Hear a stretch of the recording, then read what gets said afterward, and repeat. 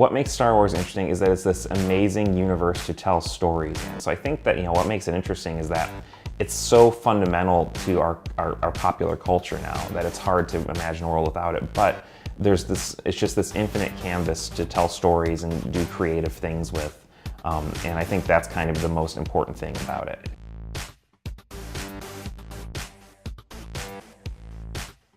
If I could be any Star Wars character, I mean, of course, the obvious temptation would be like Boba Fett, because you want to fly around with the jetpack and all that. But I'll tell you, the character I've always identified with the most was Obi-Wan. I think that this is a guy who's always done, and I think this is part of why I like the prequels, is because they give Obi-Wan a lot more backstory. I've always found that really, he's a very sympathetic character to me. So I guess I would have to be him, because I kind of feel sometimes like I am him.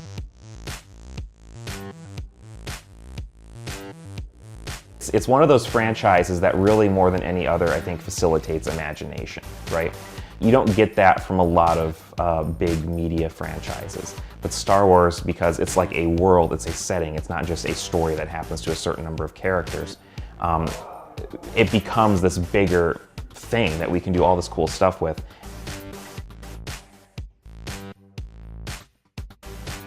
There's always some part of it that you can latch onto regardless of who you are. Again, those themes, those messages, the hope, right? The hope, light shining in the face of darkness and all that. That's the thing that, and we see this throughout history when we're faced with, these terrible events, these things that are happening. We live in a world of uncertainty. We flock to things that, like Star Wars or Lord of the Rings or superheroes or whatever, because they do provide us with this sense of normalcy that, there is good, there is right, there is justice in the world, and we can fight for it.